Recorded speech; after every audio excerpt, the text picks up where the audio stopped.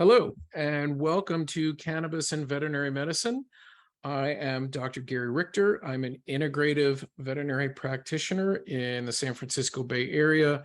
I am also a co-founder of the Veterinary Cannabis Society, a nonprofit dedicated to the education of both the veterinary profession and pet owners regarding the safe and effective use of cannabis. The module I'll be presenting today is specifically about the endocannabinoid system. So let's go ahead and get started.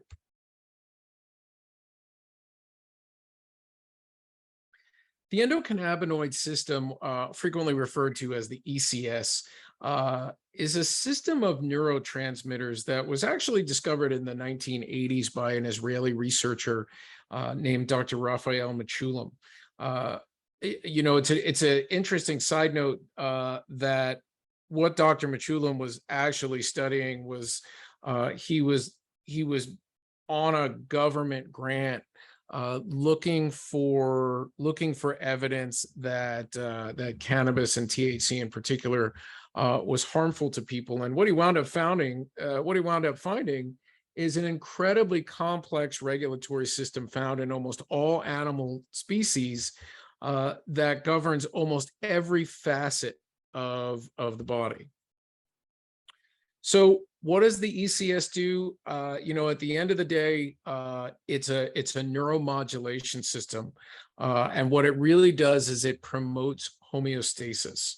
So as you can see here on the list, it can alter physiologic function and behavior of tissues, as well as cognitive processes. And as I said, it really just exists largely to promote homeostasis. And by that token, there is now evidence to suggest that when people or animals have decreased endocannabinoid levels and thus decreased homeostasis, they actually have homeostatic disruption.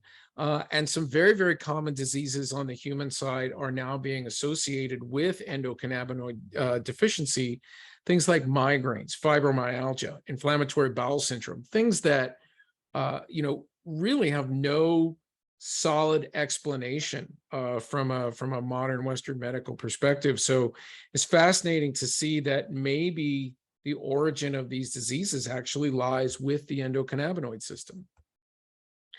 So when we look at the ECS, it's really three parts. It's the endocannabinoids, so the neurotransmitters themselves, it's the receptors, and it's a series of regulatory enzymes that balances the whole system out. So let's just kind of walk through that real quick.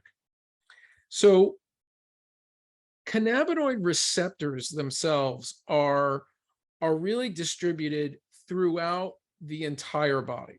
They're in the central nervous system, they're in the brain, they're in the spinal cord, but they're also in the periphery. They're in organs, they're in tissues. The endocannabinoid receptors are G protein coupled receptors. So this is a really, really big family of receptors in the body. They are membrane bound, and their conformation can change with bindings of different ligands. So that makes a difference from the standpoint of certain endocannabinoids are actually allosteric modulators for other receptors. So it becomes a very fascinating interaction. And the activation of all of this ultimately results in changes in intracellular signaling. So when we look at the receptors themselves, there's a CB1 receptor, and CB1 binds with anandamide, which is the neurotransmitter. Anandamide is the primary endogenous ligand for CB1. CB1 is largely found in the central nervous system, although as you can see on the slide here, it is found throughout the rest of the body as well. But it's always a kind of a good rule of thumb when you think CB1, think central nervous system. And the other interesting thing about the whole endocannabinoid system is it's kind of an inhibitory system. So what it does is it affects the release and action of other neurotransmitters, dopamine, glutamine, serotonin, GABA. You can start to see if the system affects all of these other neurotransmitters. You can start to really understand how it is that it has these broad physiologic effects, and particularly how it can have cognitive and even psychoactive effects. At the end of the day, what CB1 and anandamide really are controlling are inflammation, mood, the whole pleasure reward system, but it can also affect motor activity, appetite, nausea, all of these things that you start to think about, when it comes to cannabis and particularly THC use. That's really a CB1 type system. The flip side of that is CB2. The primary endogenous ligand for CB2 is called 2AG. And while again, as I said, CB1 is primarily in the CNS, but it is found elsewhere. CB2 is primarily found elsewhere, so it's not in the CNS, but it is also in the CNS, just not as predominantly as CB1. So we'll find CB2 receptors in the immune system, including lymphocytes, macrophages, but we'll see it throughout the rest of the body, throughout organs, the liver, the kidneys, lungs, skin, heart, what have you. And then, throughout the gut. There is a very definitive relationship between the gut and the central nervous system, and a lot of that may actually have to do with the endocannabinoid system. So what does CB2 really do? It's really controlling immune system modulation. It's controlling inflammation. It has a lot to do with pain control. This is where cannabis as a medicine or a supplement for pain, this is where it really, really comes into play. Now, this image is really just here as a reference for you, just to kind of get an idea of where these different receptors are in the body. As I said, CB1 is most predominantly in the central nervous system. CB2 is most predominantly in the periphery, but there is a lot of overlap there. There are no absolutes in that sense.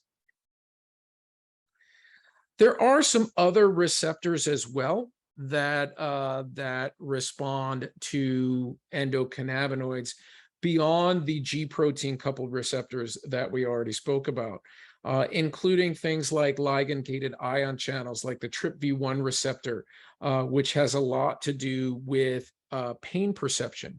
5-HT3 is the serotonin receptor, glycine receptors. Also, nuclear receptors such as PPAR alpha and PPAR gamma have endocannabinoid activity as well. Then we get to the regulatory enzymes. So these are the enzymes that degrade the endocannabinoids themselves. So endocannabinoids, they are made sort of on an as needed basis. Unlike other neurotransmitters, they're not formed and stored in a vesicle near a synapse. They're actually formed de novo as needed. So what happens is they're formed, they go into the synapse, they do what they're going to do, and I'll show you that in a moment. And then they're ultimately degraded. So as you can see here, MAGL degrades 2AG, and fatty acid amide hydrolase degrades anandamide. There are some other enzymes involved as well. Fatty acid binding proteins is a transport protein. And I think it's also worth mentioning that the COX-2 enzyme, which everybody's familiar with from a pain and inflammation control perspective, actually also will metabolize anandamide and 2AG. So let's just kind of walk through how all this works. So we're just going to kind of paint by numbers here. So start with number one here in the presynaptic neuron. So when action potential comes down the neuron, opens a calcium channel and stimulates the release of neurotransmitters. In this case, it could be any neurotransmitter. The neurotransmitters travel across the synaptic cleft, open up calcium channels. And this is where this is where it kind of gets interesting. So this is where the endocannabinoids come in. So the endocannabinoids are not the little purple spheres in this diagram. The endocannabinoids are the little sort of green hexagons on the right-hand side. So endocannabinoids are a retrograde neurotransmitter. So they're traveling backwards across the synapse, because remember, it's a regulatory neurotransmitter. So what happens is this neurotransmitter, the purple spheres, whatever they may be, serotonin, GABA, what have you, they travel across, they bind to the postsynaptic membrane. Endocannabinoids are released. They bind with endocannabinoid receptors on the presynaptic membrane, and that's what shuts down the release of the neurotransmitter. So again, inhibitory, they're stopping the release of these neurotransmitters. So that gives you kind of an idea of just sort of how this whole process plays out. So we've talked about this already, but let's just kind of dive in a little bit deeper as far as the ECS locations and actions. When we look at the nervous system, not surprisingly, we're looking at things like motor activity, memory, mood, pain, sleep quality, what have you. Again, the immune system, obviously inflammation. We can go down this list. The endocrine system is controlling hormones. GI, digestion, appetite, metabolism, etc. I mean, you can read this list, but you can start to see all of the different body processes that become affected in some way or another by the endocannabinoid system. And I think this is really important just to touch on real quick, because for those of us in medicine, whenever we start to hear somebody talk about how something does, quote, everything, usually that's when that little light goes off in your head to say that there's something wrong, something's not right, because nothing does everything. But the endocannabinoid system is really fascinating in the sense that it really does touch almost every facet of the body. So there is the potential for the endocannabinoid system, and by association, the use of cannabis as medicine, to affect all of these different body systems. Now, how effectively we're able to, to relieve symptoms, relieve diseases, that's another question. But you can see there is at least access here. There's a way to get to these systems. Talked about this a little bit a moment ago, but let's talk about endocannabinoid tone.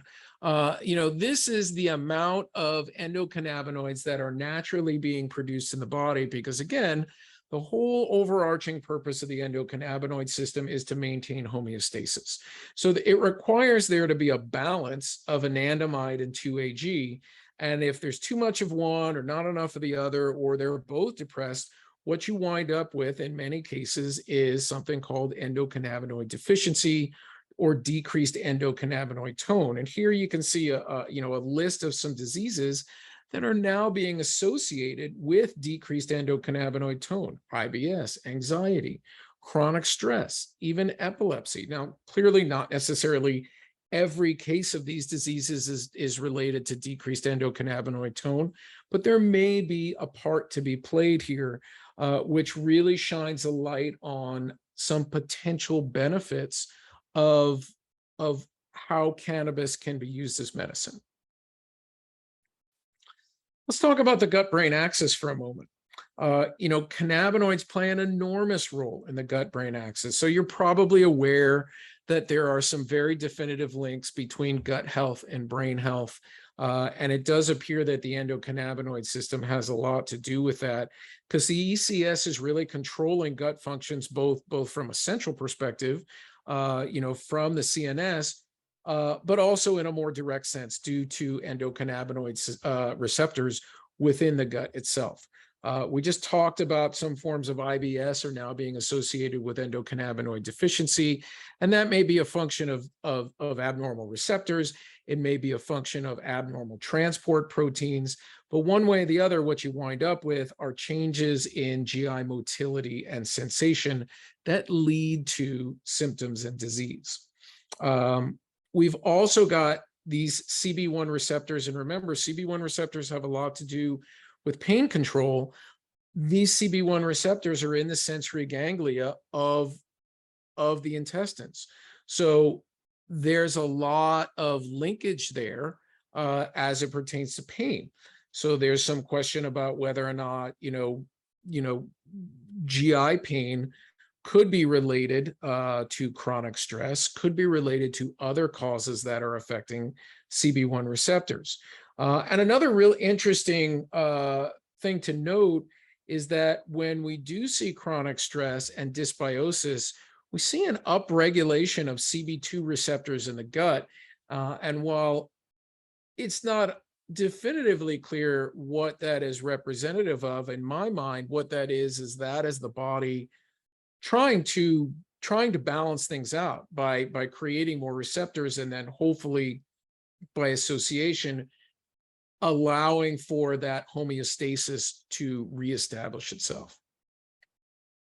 So, as we get to the end here, the endocannabinoid system is really just sort of impossibly complex, or seemingly so. And we've really just touched on the surface in this talk, but just realize that the ECS is ultimately responsible for homeostasis in all vertebrate species. So that's a pretty broad spectrum of animals. And when you think of the ECS, you can think of it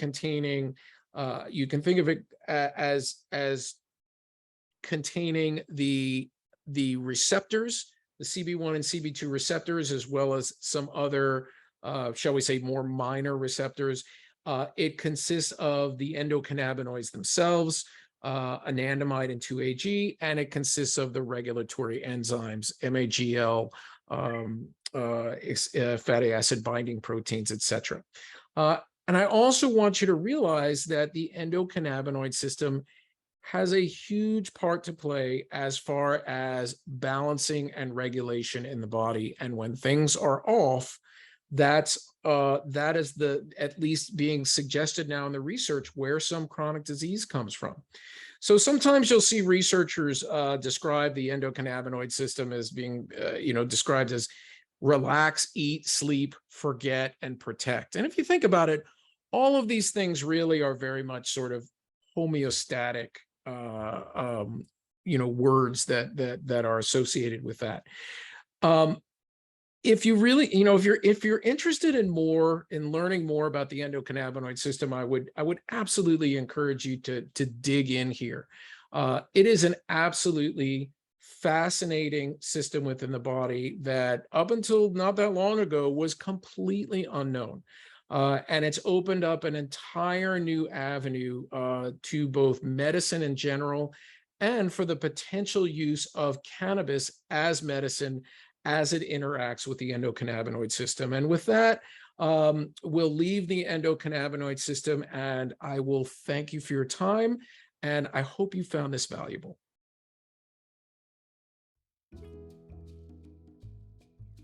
Hi, my name is Stephanie McGrath. I'm one of the veterinary neurologists here on faculty at Colorado State University, with a very strong interest in starting to understand the science behind cannabidiol or CBD. So I'm going to talk to you today a bit about what clinical studies are available at this point in veterinary medicine, which unfortunately is not a huge amount, but we will go through the research that has been done in the veterinary world and make sure that you are aware of what we've accomplished. And then that last bullet point is future directives. So we'll talk a little bit about what the future may hold as well. So I will start with a little bit of background, just talking about the history of cannabis as it relates to the medicinal value and specifically veterinary medicine. We'll talk about some of the preliminary studies that have been done as well, and then go through the clinical trials and the couple diseases that have been explored. So as you probably all know, cannabis is not new. This is not a new plant. This has been around for about 10,000 years. So this has been discovered back in Europe and Asia. centuries and many centuries ago, and has been used both recreationally as well as medicinally for a very long time. The first transcontinental marijuana trade was actually about 5,000 years ago by the Yamnaya traders, which is now Russia and the Ukraine. And that was the first trade between the different continents. And so again, this plant has been around forever. Unfortunately, the science and the research, more specifically in our veterinary patients, is very new and almost in its infancy. So really quite a discrepancy between how this has been used in the past and how we're looking to use it in the future. This gentleman by the name of William Brooke O'Shaughnessy started using, he was an Irish doctor that worked in India, and he started using cannabis medicinally in his practice in the early 19th century. When he was in India, he discovered that cannabis was being used quite extensively in Indian medicine and was very interested in experimenting with it in his own practice. He reported in this manuscript that he found it useful for quote unquote infantile seizures, rheumatism, and spasms. As he started using it and spreading his knowledge, it made a very rapid spread among physicians, to the point that by the late 19th century, it was actually quite a popular component of both British and American physicians as well. So it really started to take off. Unfortunately, as we entered the 1950s, 1960s, we started the war on drugs, which really sort of took all of this work that had been happening with cannabis and sort of squashed it. And so we now enter the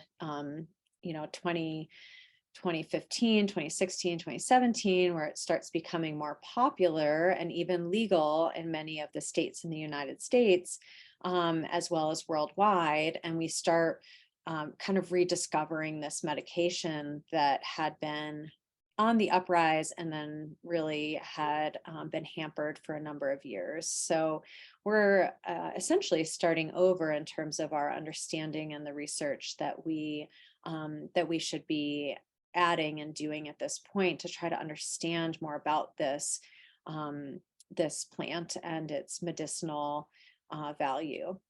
And so this is honestly a short list of the number of ailments that cannabis is reported to help. And as you can see, they're very diverse. There's a lot of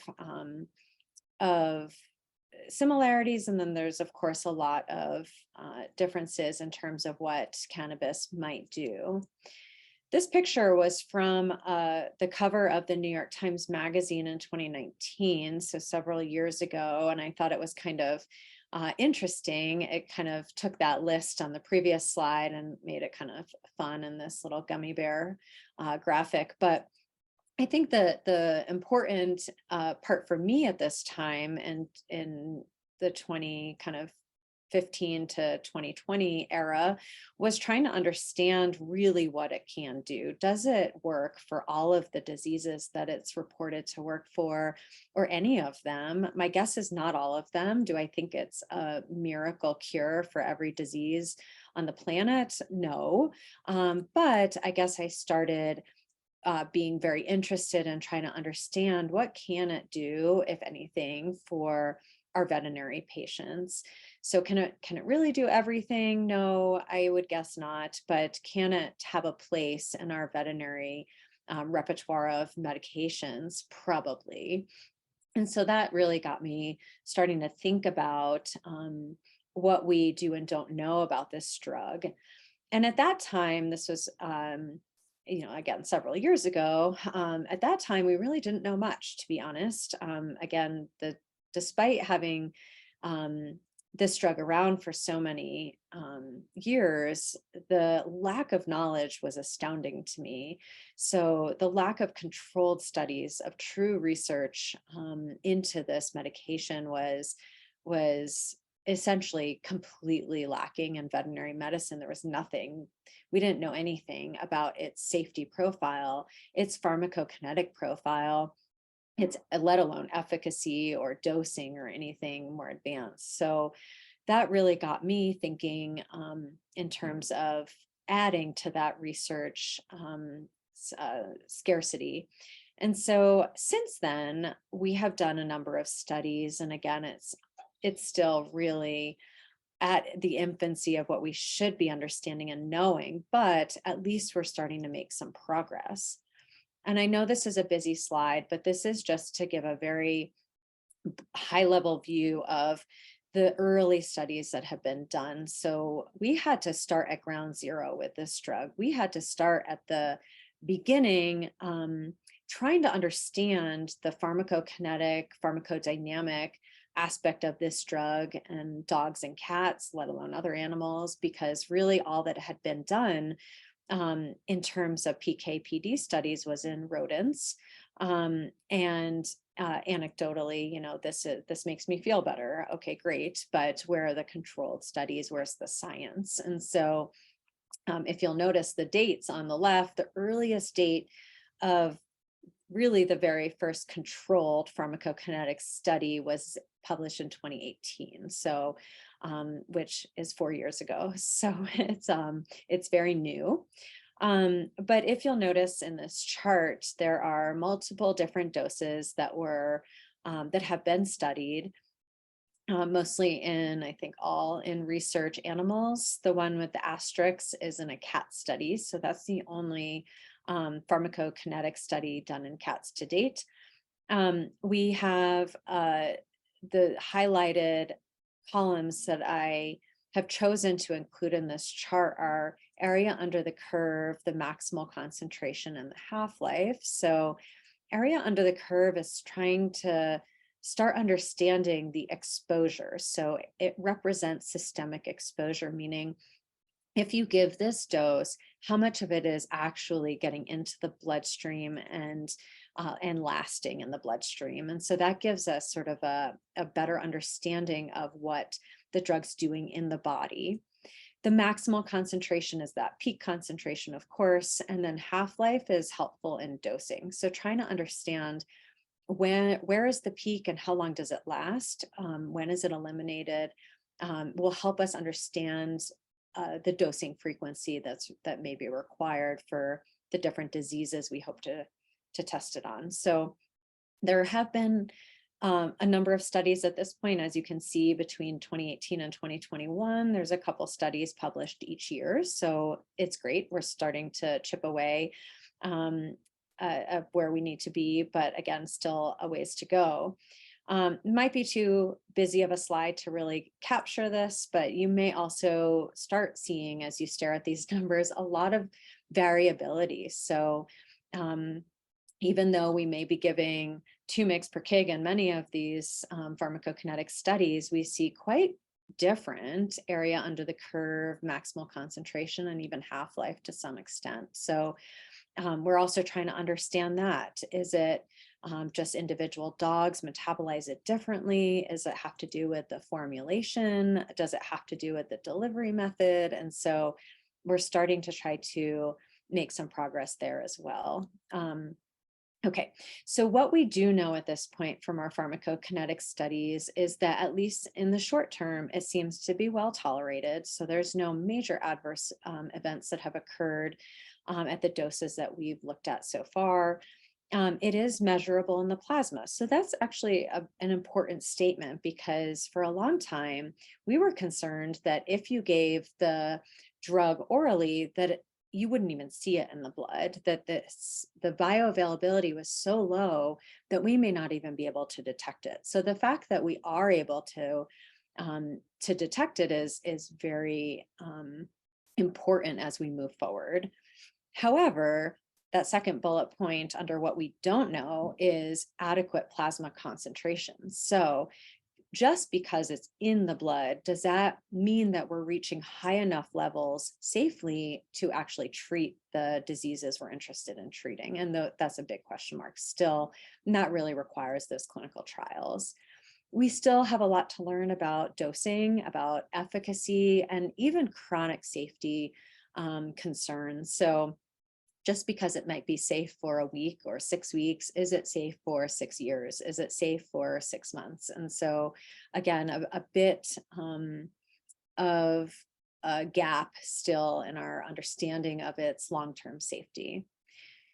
We, however, felt like we had enough information from these pharmacokinetic studies to move forward with clinical trials. So I'm going to go through the diseases that we have looked at in veterinary medicine, which are not a lot, and kind of summarize the findings for each of those studies in the disease category, so that hopefully you walk away with a little bit more knowledge and understanding of what we are finding and not, so that you can help guide your practice and your the pet owners that you're encountering and chatting with about this kind of strangely novel medication.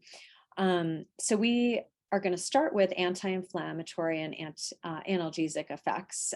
This is mostly done in the arena of chronic pain secondary to osteoarthritis, which, as we all know, probably is a very big problem as our pets start aging and living longer. Arthritis is a major problem for them, and the medications that are out there are not always effective, and or they may have side effects that are unwanted. So trying to understand alternative therapies for this particular disease is of very large importance in our field. We think that it might work via the CB2 receptor activation. Unfortunately, to date, most studies have been done in rodents. I'll go through the several canine studies that are out there. And I would argue that so far we have mixed results. So out of CSU, we did a study in 2021 that was a blinded, randomized, prospective crossover study in 23 dogs. So for the CBD arm of the study, they received 2.5 mg per kg twice a day. They received that for 6 weeks and then crossed over to receive a placebo for another 6 weeks. We were able to use objective outcome measurements, which actually I think we're the only study to date that used objective measurements, meaning that we used a gait lab analysis. So we had these dogs walk across in this gait lab, looking at objective measurements of their lameness. We also used accelerometers. So we put activity monitors on them to try to understand whether they were more active when they were on CBD as opposed to placebo. We did not show in our study a significant difference between CBD and placebo. So I would say those were not super encouraging results in terms of the objective measurements.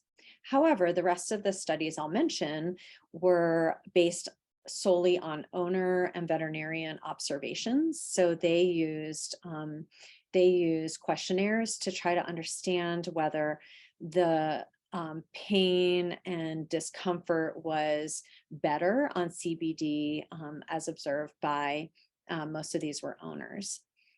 So Verico in 2020 published a paper on 20 dogs that was also blinded, randomized prospective study where using various doses of CBD, and they did show a significant reduction in pain reported by pet owners.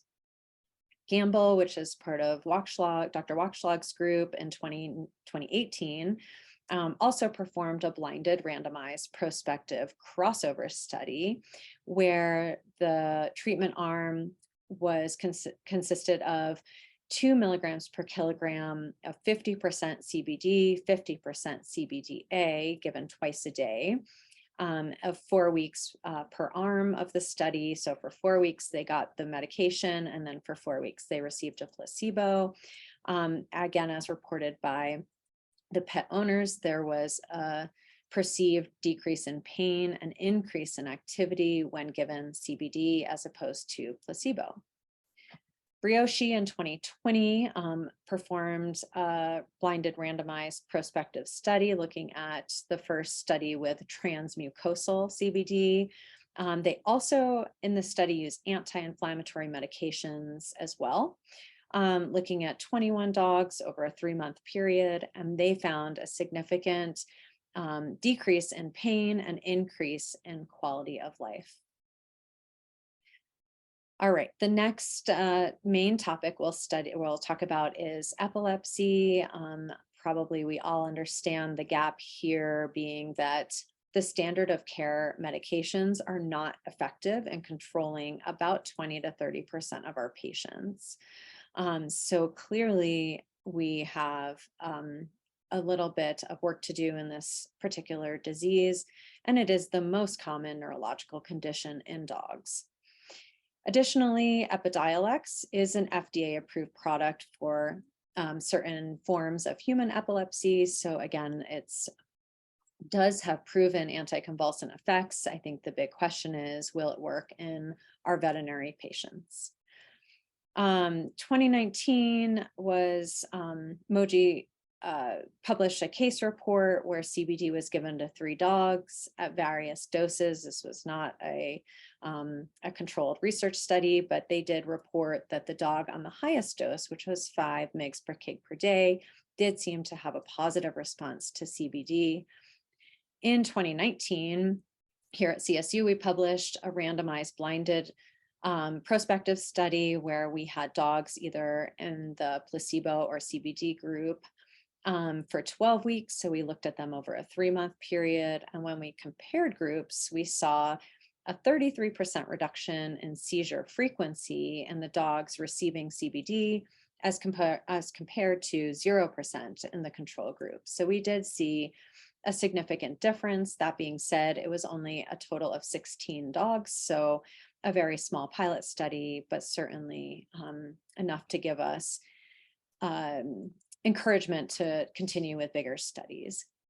We interestingly also saw a correlation between CBD plasma levels and the percent change in seizure activities, meaning that the dogs that were able to achieve a higher CBD level in their blood seemed to have a greater reduction in seizures. So that also was very promising. Garcia, also working with Dr. Wachschlag in 2022, published a study looking at dogs over a 3-month period receiving 2 mg per kg of CBD and CBDA. They also reported a reduction in seizure frequency. This top figure shows a reduction in seizure number throughout that 12-week period, and the bottom graphic shows a reduction in seizure days. So they also had a positive response. We also are studying its effect in anxiety, which is a major welfare concern for dogs and their owners, as well as a financial consequence for shelters when they're relinquished. We showed mixed results in this category as well. We show that, let's see, Corsetti in 2021 looked at shelter dogs over a 45-day period, and they reported that it did not reduce behaviors related to stress. Morris in 2020 looked at research dogs with a fear of fireworks over a 1-week period and also did not report an effect on fear-induced stress. And then lastly, Morris in 2021 looked at research dogs as well. And they gave CBD over a 14-day period and did not notice any difference in daily activity, but they did report a decrease in itching. So pruritus. So if we assume that that is a stress behavior, then they did report a positive response. So again, no major conclusion that it does have a calming effect. However, again, the environment, the doses, frequencies, and durations may need to be altered in order to get a positive response. Truly, in this category, I think what we're lacking are clinical trials, so looking to see whether these patients may do better at home rather than in a shelter. So I think more work to be done here as well. The last category of disease is cancer. This is a very short one because there actually are no studies in vivo in dogs or cats to date. However, there is a lot of promising data in rodent studies looking at colon cancer, lung metastasis, brain cancer, among other cancers as well. As we probably all know, the translation between rodents and our dogs and cats does not always show the same efficacy. That being said, I think with the responses that we're seeing in these murine models, it's worth doing some controlled studies in dogs and cats as well. So I will end there. Future directives, we're looking, I think, at many more studies in the categories that I mentioned. And then, of course, there are a whole host of other diseases where we struggle in veterinary medicine. So I think looking at other diseases is probably coming down the pipe as well. And I'll end with the iceberg picture that I like to show at the end of all my presentations, which is really we're scratching the surface of what is probably going to be decades of research trying to understand its place in not only veterinary medicine, but human medicine as well. So we're pushing the envelope, trying to get started, but still have a long way to go. Thank you. Hello, everybody. My name is Dr. Trina Hazza, and I am a veterinary integrative oncologist in Los Angeles, California. I have been working with patients in cannabis for the last almost 8 years. And so I've been fortunate enough to be able to have experience in the application of cannabis. So I'm super excited to get going and chat with you all about the clinical application of cannabis in small animal medicine. So here are the steps to consider when starting a patient on cannabis. Step 1, to evaluate the patient. Does it even have a cannabis responsive diagnosis? Are there any contraindications or comorbidities? Is there a potential for a drug interaction that you should be aware of? Step 2, we're going to talk about product selection, the different formats, the importance of accuracy and consistency and product safety. And then lastly, we're going to discuss the safe and effective dosing. And we'll discuss ratios and the rationale behind dosing. So for step 1, we're going to talk initially about the appropriate conditions, the contraindications, and then drug interactions. Here is a long list of all the conditions that cannabis is being used in people. And as you can see, it literally varies all the way from ADD all the way to sickle cell anemia. The potential medical uses for cannabis in animals, the list is much shorter, and it's based off of what's been published. And then what I've had some experience using in, but most of this is published information and based off of a 2019 survey study that identified the top 3 reasons that owners purchase cannabis products were to reduce pain, reduce inflammation, and reduce anxiety. So what are the big contraindications that you should be aware of? The most important one that I want everyone to be aware of is cardiovascular diseases being the major contraindication. It's really the cases that have moderate to severe cardiovascular disease.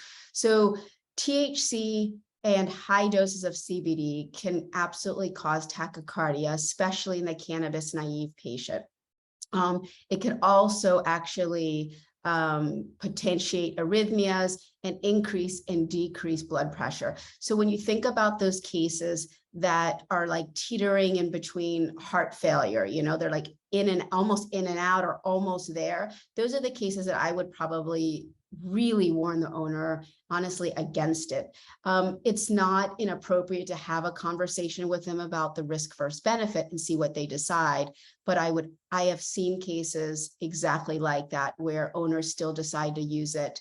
And it can be problematic. And if they owner decides that the benefit outweighs the risk, then I would really stick to products that have either extremely low doses or low amounts of THC or no THC and stick with more of a broad spectrum product in those cases and start the CBD also very low and titrate very, very slowly. When we talk about drug interaction, I think the most important thing to realize is that it's exceedingly rare to have drug interaction in the first place. And so, most of the drug interactions are what we would consider more pharmacodynamic and not pharmacokinetic. So despite some of these, in vitro studies that show, say, there might be an interaction with high doses, very high doses of CBD interacting with some of the membrane transporters, we really don't notice anything clinically, and that's veterinary and on the human side. And even though cytochrome P450 is what I would say, 60–70% of our pharmaceuticals in veterinary medicine are metabolized through, we just don't see the negative effect of it. And, to keep in mind that, THC, CBN, CBD are all also metabolized by cytochrome 3A4. And so any drug like ketoconazole that we know inhibits 3A4 could actually increase levels of these phytocannabinoids.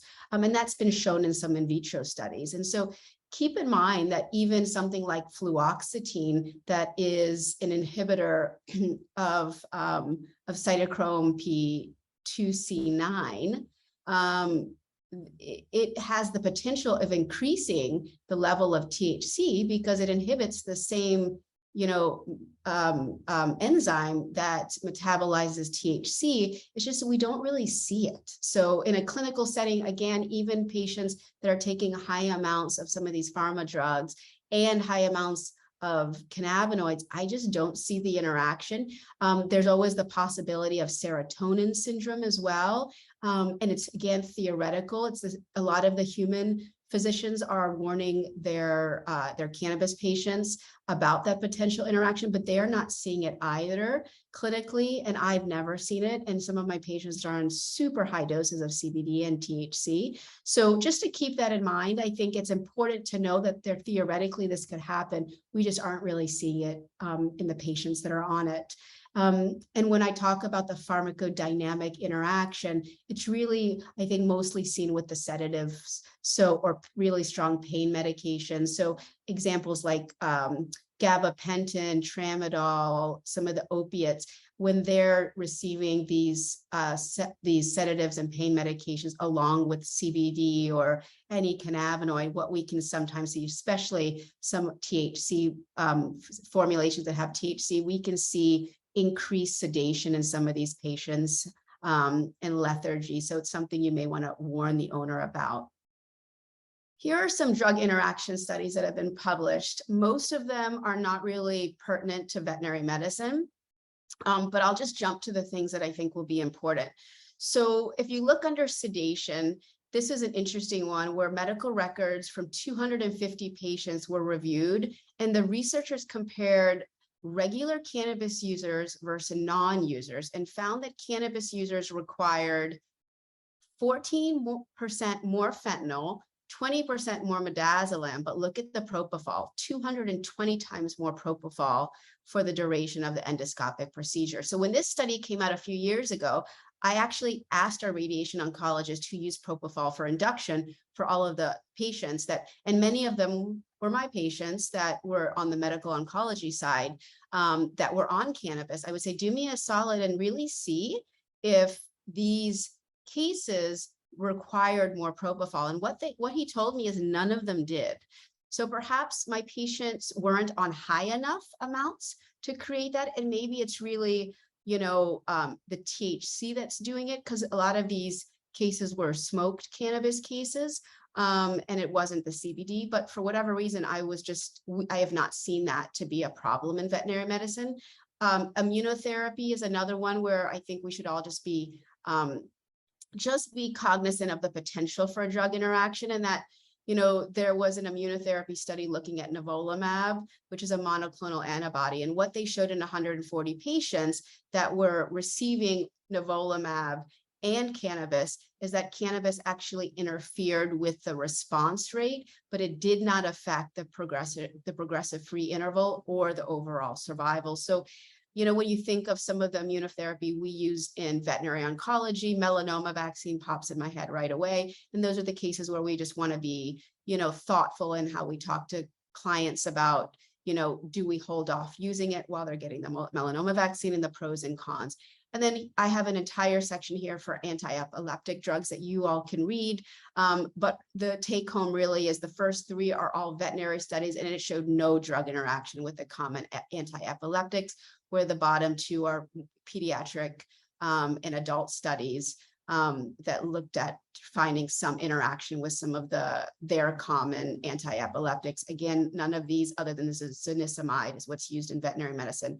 And the zonisamide in the 2022 study in that came out in VetMed didn't show any interaction. So the take home is I'm not very concerned about any interaction with anti-epileptics and cannabis-based medications. All right, for step 2, we're going to look at product format, safety, testing, and product selection. Product format, the big thing to think about is like you can get products now that are in all different formats, right? You can get a whole plant material, which is basically like the flower. But the problem with that is what's the dose, right? We have no idea how much acids you're going to be giving, which is the precursor to CBD and THC before it gets heated up. So that's what's found in the raw plant. So I have some clients that make like a little smoothie for their pet, you know, and put some plant material in. And I say, look, as long as you know it's tested and it's clean, and you're not giving anything with pesticides or contaminants, but just be very careful with the dosing and try to be as strategic and scientific as possible. And that maybe you just give a little bit and then you start to increase it, but be very careful because I have no idea what the dose is. Tinctures are I would say the best and the easiest way to dose pets, and that they are titratable. And so you know exactly, you can find their optimal dose easier than you can with other product formats. And owners can, you know, put it in like a treat or in something tasty, and they can take it down. Some owners just put it directly in their mouth. Edibles, treats, chews, very, very common in the veterinary space and can be really helpful, especially in patients that don't like to take any sort of tincture product or really picky about taste. But then there's the opposite. Some animals just won't take treats, especially cats, right? And so then we're stuck going back the tincture route. I would say no to the edibles, and the humans like don't even touch them. And I tell owners, don't even look at the products. Some of them could be super safe, but why even go down that route? Because you could end up with, you know, xylitol or some other, you know, artificial sweeteners or chocolate or raisins. So I just say stay away from them. Topicals in balms or oil based, like even like some people make an oil that can be placed like a roll on. Or again, balms or lotions or creams could be very effective. It's shown to be really effective in people. And there's actually a lot of data to support reduction in pain through certain what they call TRPV receptors that are what perceive pain topically. And so a lot of the cannabinoids or some of the cannabinoids, many of them work on these TRPV receptors and help reduce pain, just harder because our patients have fur. Really important to warn your clients about the problems we're dealing with incomplete labeling, inaccurate labeling, right? You don't even know sometimes if the material that you're getting is from, you know, marijuana derived or from hemp derived sometimes. And so there was an interesting study that came out by Leaf Report in May of 2021 that looked at how inaccurate the labels are in half of the samples that were tested. So only 44% of the tested samples contained advertised amounts of CBD, and the rest were anywhere between 10 and 98% from the label.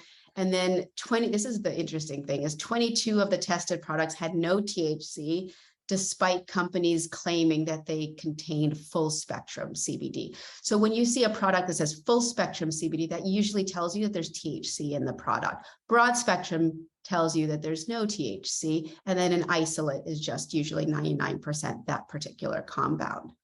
There was also a 2020 peer-reviewed study that tested 29 CBD products and found that 34% of them were tested within 10% of what their label claim was. So how do you actually even tell then what's inside of a product?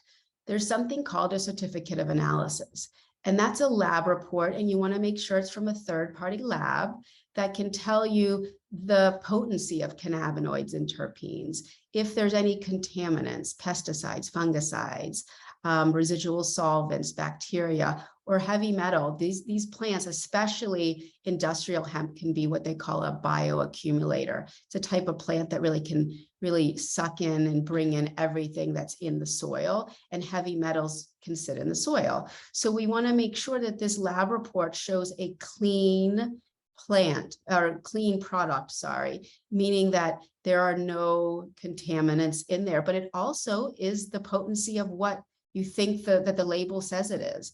So that same 2020 study that I talked about, the peer-reviewed study of the 29 CBD products that were tested, found that 4 of the 29 products that were tested had heavy metal and 3 of the 4 had lead. So I think it's super important when I talk with pet parents. I run a cannabis consulting service called Green Nile Incorporated, and pet parents contact me a lot to set up consults where I walk them through this process, and I talk to them about the importance of certificate of analysis. I share my screen with them, and we look at the products and say, all right, let's make sure that it's free of contaminants. Let's make sure the label is accurate. And sometimes we find it's not, or it has more or less cannabinoids, or there's no terpene evaluation or whatever it may be. And so it's important that owners are aware, and veterinarians, we are aware that this exists, so we can really confirm what the products truly are. You want to always make sure that the batch number that the owner has in their hand of the product will match the batch number of the certificate of analysis that was tested. Regarding product selection, it's very important that the company is transparent, right? So I always talk to folks about the pillars of when picking a product, what they need to look for. And so transparency is essential. Do they have available certificate of analysis on their website? What's the brand reputation? Do they have a veterinarian that endorses or formulates their product? Because there are some companies that are putting out things that they don't, talk to veterinarians or anything like that. And sometimes when it's a very complex formulation, we want to make sure that there aren't things in there like xylitol in the inactives, or that have the potencies that are appropriate for pets, especially in the marijuana realm. When you're looking at marijuana derived products, that's going to be even more important. You want to make sure that the product that you're looking for has the molecular profile of interest, right? Does it have the desired ratio that we'll talk about in a little bit? Does it have the cannabinoid and terpene diversity and the potencies that you're looking to have? Also, the format. Are you looking for a treat? Are you looking for a tincture? Is it the ease of administration is very important for the patient. So I find that certain products tend to be easier in cats than in dogs. So tinctures, in my experience, tend to be easier in cats because you can mix it with some baby food or tasty cat food, versus everyone knows giving a treat to a cat, it depends on the cat. Some cats go to town on a treat and others don't. Where in dogs, I think sometimes treats can be really wonderful, or can be used as an adjunct with a tincture if you're trying to get the dose up much higher, and use treats as more of an adjunct as well. Step 3, we're going to talk about ratios and dosing rationale, and then biphasic dosing curve. When we talk about ratios, we generally talk about 3 main categories: high CBD to THC, low CBD to THC, and more like a 1-to-1 all the way up to a THC dominant product. It's very important that you always check that CBD is in front of THC. So if they call it a 12-to-1, make sure it's 12 parts CBD and 1 part THC, and not the other way around. And so my opinion on what a high CBD to THC, based off of my experience, is anything over a 12-to-1 would be considered a high CBD to THC product. And these are the conditions that we see a high CBD to THC being most effective. And I would say definitively seizures, anxiety are really up there. And then more of the mild, painful conditions, as well as some of the others listed there. And then the low CBD to THC is anything under the 12-to-1. So from basically, I would say a 2-to-1 all the way up to like 11-to-1 would be in the low CBD to THC range. And as you can see, it's more of the moderate pain conditions. And then you start getting into some of the palliative support, especially the ones that don't require a significant amount of palliative support, but the ones that have say significant pain, severe pain, cancer-related pain, neuropathic pain, bone pain, I tend to find the one-to-ones being the most helpful. I rarely, actually, I would say rarely. I mean, it would be very, very, very rare that I would ever use a THC dominant product by itself. I don't know if I've ever done that. I've certainly used a one-to-one right off the bat, but I don't think dogs do well with the THC dominant product. It doesn't mean they can't get there. So oftentimes, you may add a one-to-one to one of the other type products, get the ratio down, and then eventually they end up, some of the cancer patients that I treat are on THC dominant products, but after several months. As you can see, the anti-neoplastic activity is throughout all three of them, and it's really based off of the type of cancer that you're dealing with that will help determine which ratio might be the best. All right, so right into the dosing curve. So really, I think the take home is just to know that most animals have a certain threshold dosage of cannabis. So below the threshold, they gradually increase kind of the health benefit of it. But if you go above that threshold, they experience what I would say almost like a diminished benefit. So you end up getting more side effects, but you also get less improvement. So very different than the linear dosing curve of pharmaceuticals, right? Where you just kind of keep going, you get positive effect. But after you get to a certain point, you'll start getting negative or side effects, but you'll still have some of that positive effect. Where with cannabis, if you go beyond that optimal dose, you'll actually have negative effect and lose some of the benefit as well. So it's super important. The goal to think about when dosing cannabis is to find that optimal dose and then maintain it there. And really the biphasic dosing has more to do with any product that's more full spectrum. That seems to be the case, and the rationale behind, dosing with full spectrum product.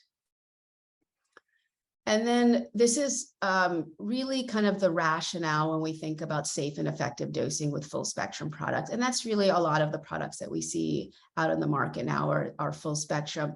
But some of this rationale could also be overlapped with some of the broad spectrum products as well.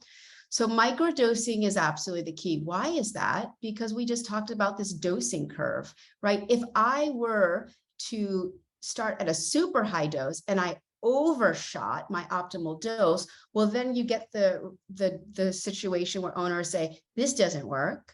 I actually hate cannabis. This has just made my dog sick and it didn't work. Well, guess what? Oftentimes they just overshot, right? So I'm a big believer in starting low. And I oftentimes, with the consults that I do for pet parents with Green Isle, I a lot of times will say to them, why don't you start very low, even if it's subtherapeutic? Because remember, we will get to the therapeutic dose.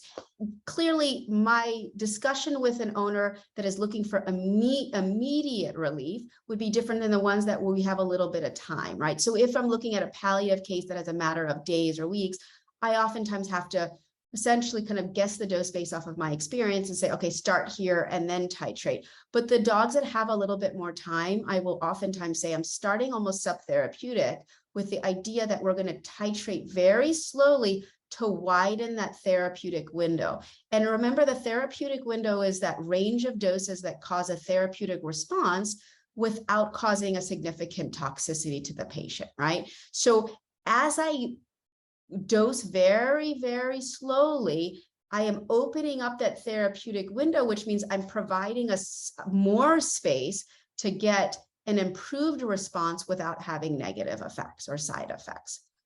So a general titration schedule would be about 5 to 7 days, but I have absolutely done 2 to 3 days in cases where I need to get an effect quicker and the dog is, or the patient's able to tolerate it. And then, as we talked about, say, for dogs with a lot of comorbidities or including, say, cardiovascular disease or whatever it may be, or the owners, the owner is just very, very nervous, I end up doing a longer titration. And if we're not in a rush, longer titration can be fine. I've done, honestly, up to every 14 days, they can increase the dose.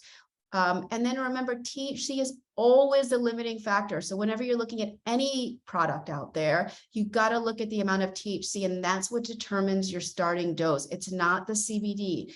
If you have a broad spectrum and isolate product, by all means, use CBD as your starting dose. But if you want to basically calculate CBD, if you decide to do that, always look back at THC and say, am I comfortable starting at that dose?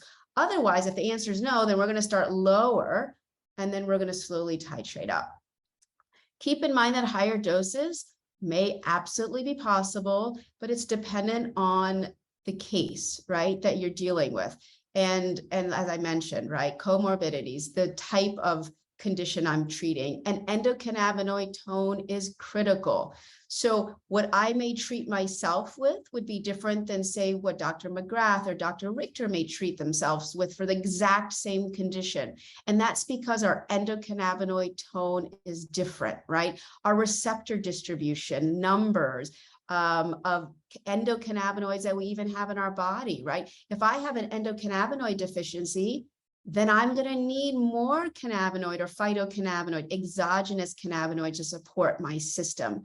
Versus, say, Dr. McGrath or Dr. Richter that may end up having, a really even, even kind of endocannabinoid tone or amount of endocannabinoids in their system. They may not need as much of an aggressive tweak to kind of balance the system. And so I use the word balance. Homeostasis is where our optimal dose is. It can take longer in patients, in my experience, that have a lot of comorbidities, because we really have to kind of push harder to tweak that system. But once it's there, maintaining it becomes certainly a whole lot easier.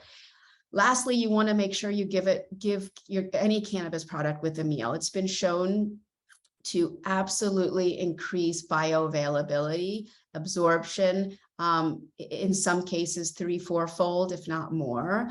And so it's like an easy decision. Give it along with a meal. Oftentimes I tell owners, feed your pet and then go ahead and give the cannabis product when they have some food in their belly.